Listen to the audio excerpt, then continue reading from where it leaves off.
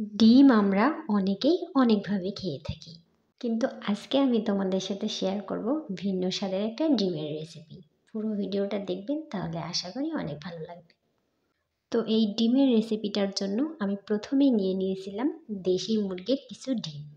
আমি প্রায় 6 থেকে 7টার মতো ডিম নিয়েছিলাম এবং এগুলোকে আমি সিদ্ধতে বসাই দিয়েছিলাম। এবং এগুলো সিদ্ধ করার সময় আমি এখানে কিছু লবণ দিয়ে দিয়েছিলাম, যাতে সিদ্ধ করার পর যখন আমি ডিমগুলো ছিলবো তখন কোনো ধরনের ছাল উঠে না আসে। তো তোমরা দেখতেই পাচ্ছ যে ডিমগুলো ছেলার সময় কিন্তু কোনো ধরনের কোনো ছাল উঠে যায়নি। আমি একটা একটা করে সবগুলো ডিম সুন্দর করে ছিলে নিয়েছিলাম। তো এই যে দেখেন, আমার সবগুলো ডিম ছেলা হয়ে গেছে। এখন এগুলোকে আমি ভালো করে রান্না করে নিব। তার আগে কী করতে হবে, মশলাগুলো ভালোভাবে ঢোকার জন্য ডিমের এক সাইডটা এভাবে চাকু দিয়ে এক সাইড সুন্দর করে কেটে কেটে নিতে হবে। তাহলে আমরা যখন মশলাটা কষাবো তাহলে সেই মশলাটা ডিমের ভিতরে সুন্দর করে ঢুকে যাবে। তারপর ডিমের গায়ে আমি সুন্দর করে কিছু হলুদ মাখিয়ে নিয়েছিলাম। এরপর আমি ডিমগুলোকে হালকা ভেজে নিব। খুব বেশি ভাজতে যাবে না, তাহলে লেগে যাওয়ার ভয় থেকে যাবে।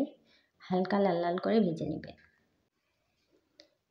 তো এই যে আমি ভালোভাবে ওলটপালট করে ডিমগুলোকে হালকা লাল লাল করে ভেজে নিয়েছিলাম। এরপর আমি সেই তেলে দিয়ে দিয়েছিলাম পেঁয়াজ কুচি, এবং এইখানে আপনারা দেখতেই পাচ্ছেন যে আমি একটা ব্লেন্ড দিয়েছি। সেই ব্লেন্ডে ছিল টমেটো ব্লেন্ড এবং মরিচ আর পেঁয়াজের কিছু ব্লেন্ড। এরপর আমি হলুদের গুঁড়া, মরিচের গুঁড়া, জিরার গুঁড়া পরিমাণ মতো দিয়ে মশলাটাকে ভালোভাবে কষিয়ে নিয়েছিলাম। তারপর সেই কষানো মশলার মধ্যে আমি দিয়ে দিয়েছিলাম এই ডিমগুলো।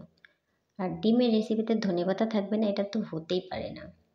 তারপর আমি ধনেপাতাগুলো দিয়ে ডিমগুলোকে খুব সুন্দর করে কষিয়ে নিচ্ছিলাম। একদম লাল লাল করে আপনারা ডিম ভুনাটাকে কষিয়ে নেবেন, এবং আপনারা আপনাদের পরিমাণ মতো কিন্তু এখানে মরিচের গুঁড়াটা অ্যাড করতে পারেন। তারপর আমার ডিম ভুনাটা এই যে রেডি। দেখেন, আমি একটা সুন্দর কাঁচের পাত্রে ডিমগুলোকে উঠিয়ে নিচ্ছিলাম। দেখতে কিন্তু অসাধারণ হয়েছে, তাই না? তো পুরো ভিডিওটা দেখার জন্য সবাইকে অসংখ্য ধন্যবাদ। আল্লাহ হাফিজ।